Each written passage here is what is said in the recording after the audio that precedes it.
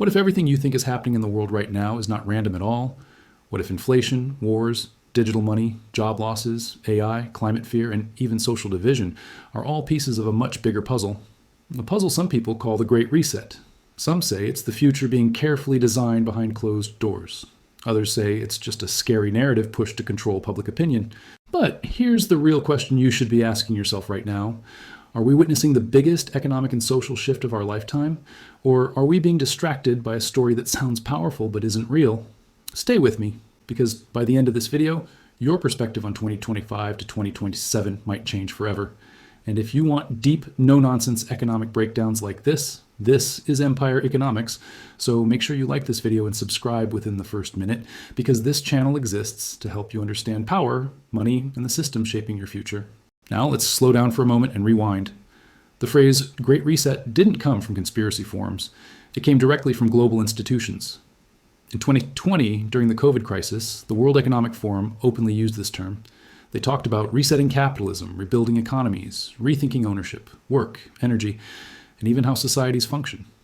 At that time, most people were too distracted, too scared, or too tired to really pay attention. But fast forward to today, and suddenly the world feels different. Prices are higher, trust in governments is lower, technology is moving faster than humans can adapt, and people everywhere feel like something big is coming, even if they can't fully explain it. From 2025 to 2027, we are entering a window that many economists quietly agree will be extremely unstable. Massive debt, fragile banking systems, geopolitical tension, and rapid automation are all converging at once. Historically, this kind of convergence never ends quietly. Empires don't collapse overnight. They weaken slowly, then suddenly. And this is where the idea of the Great Reset becomes interesting, because the question isn't whether change is coming. The real question is whether that change is being managed or simply explained after the damage is already done. Let's talk about money first, because money sits at the center of everything.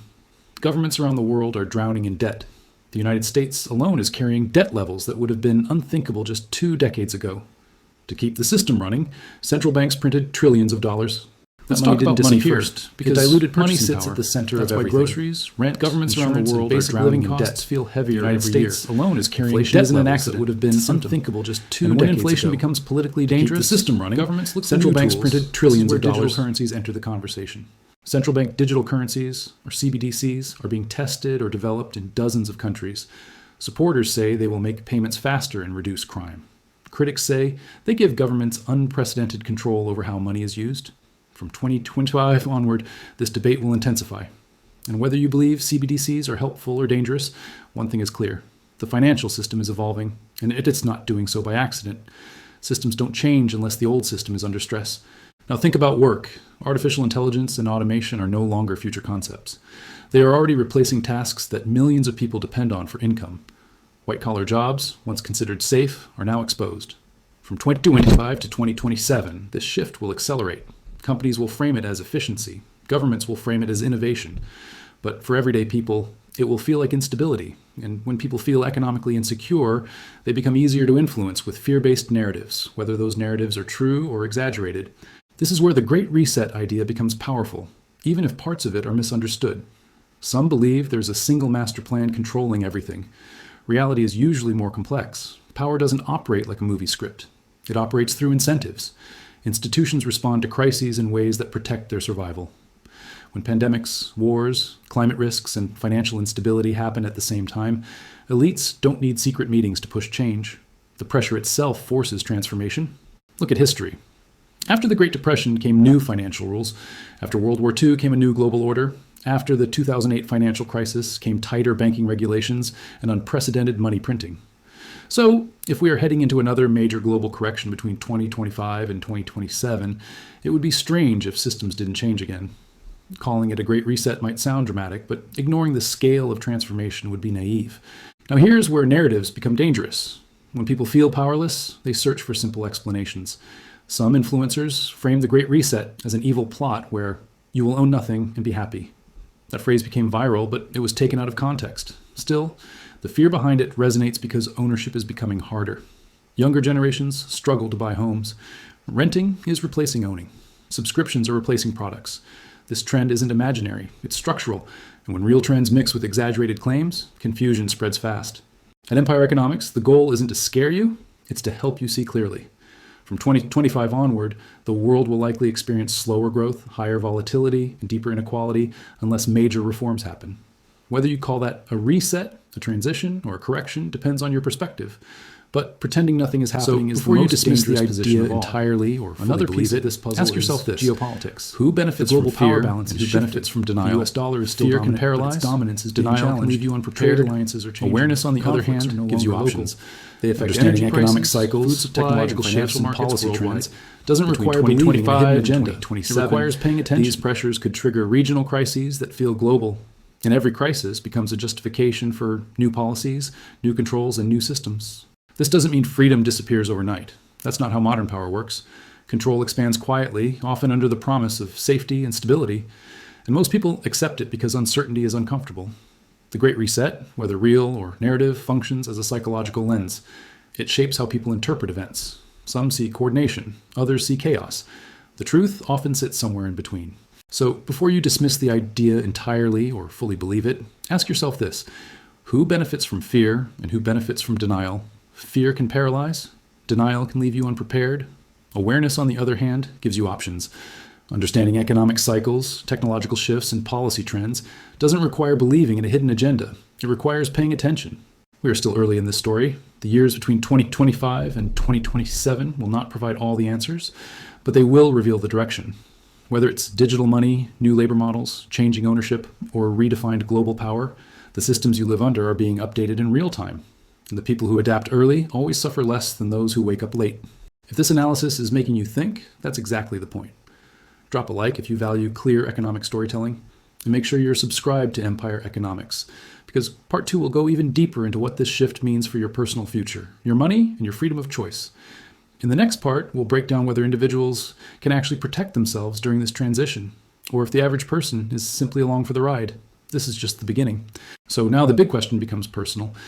If the world really is moving through a reset, a transition, or at least a period of serious instability between 2025 and 2027, what does that actually mean for you as an individual?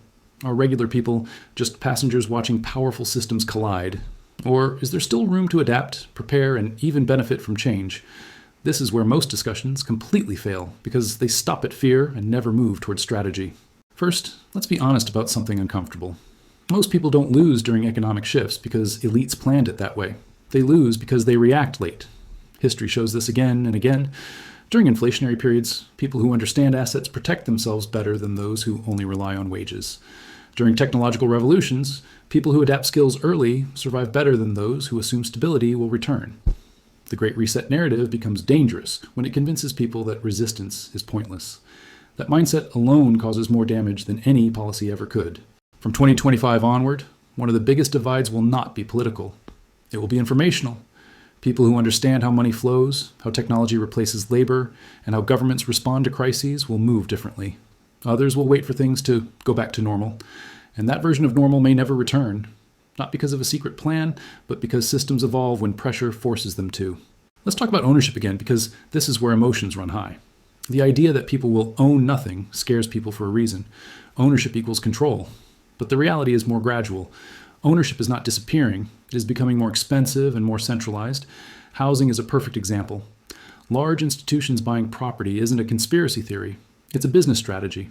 When interest rates, regulation, and supply shortages squeeze individuals out, corporations step in.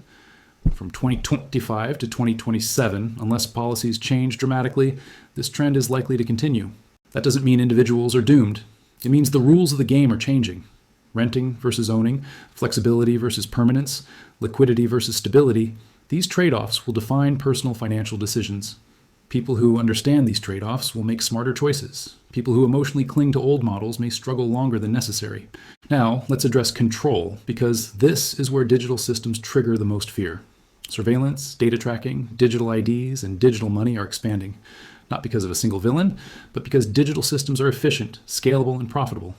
Governments like efficiency, corporations like data, consumers like convenience. When all three align, adoption happens fast. The danger isn't technology itself, the danger is passivity. When people don't question how systems are designed, they give up influence by default. Between 2025 and 2027, public debate around privacy, digital rights, and financial autonomy will grow louder. Some countries will push forward aggressively, Others will move cautiously. The outcome will not be uniform. That's important to understand. There's no single global switch that flips society into a new system overnight. Change happens unevenly. That means individuals still have room to choose where they live, how they earn, how they store value, and how dependent they are on centralized systems. This is where fear-based Great Reset content misses the point. It talks endlessly about loss of freedom, but rarely talks about resilience. Resilience doesn't mean hiding in the woods. It means diversification, skills diversification, income diversification, asset diversification, and most importantly, mindset diversification. The belief that one job, one currency, one institution will protect you forever is outdated. That belief worked in stable decades. We are not entering stable decades. Education is another quiet battlefield. Traditional education systems move slowly. Technology moves fast. By 2027, many jobs will require skills that are barely taught today. People who continuously learn, even informally, will have leverage. Those who stop learning at graduation will feel left behind. Again, not because someone planned it that way, but because change doesn't wait for permission. So is the Great Reset real? In a literal, centralized, master plan sense, probably not the way social media describes it, but in a functional sense, yes, something is resetting. Debt cycles reset, power balances reset, labor markets reset, technology resets expectations. The mistake is thinking this reset has a single villain or a single outcome.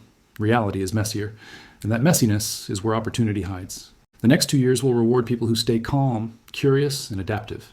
Panic leads to bad decisions. Blind optimism leads to denial. Awareness leads to preparation. You don't need to predict the future perfectly. You just need to avoid being the last person to notice that the rules have changed. At Empire Economics, the mission is not to sell fear or false hope. It's to cut through noise. Whether you call it a great reset, a global transition, or an overdue correction, the smartest move is the same. Understand systems instead of arguing about labels. Labels divide. Understanding empowers.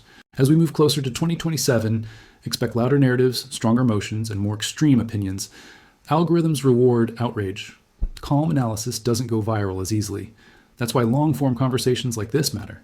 If you've watched this far, you're already ahead of most people scrolling for comfort instead of clarity. Now I want to hear from you. Do you believe the Great Reset is a coordinated plan, a misunderstood narrative, or simply the natural result of economic pressure and technological change? Drop your thoughts in the comments, because the best insights often come from collective discussion. And if this video helped you see the bigger picture, share it with someone who feels confused or anxious about the future. Conversations like this spread awareness faster than fear. Make sure you're subscribed to Empire Economics, because upcoming videos will break down practical strategies, real economic signals, and how individuals can stay ahead in uncertain times. The future is not something that just happens to you. It's something you prepare for. Thanks for watching, and I'll see you in the next one.